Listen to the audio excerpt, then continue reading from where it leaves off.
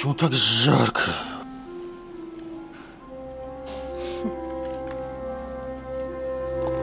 Я так больше не могу. На, охладись.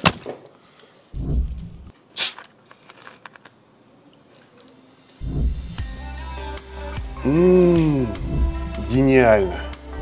А как вы догадались, что мне нужно именно это? Это офис. Всех бывает перегрев. Нужно кондиционер убавить. А можно мне тоже охладиться?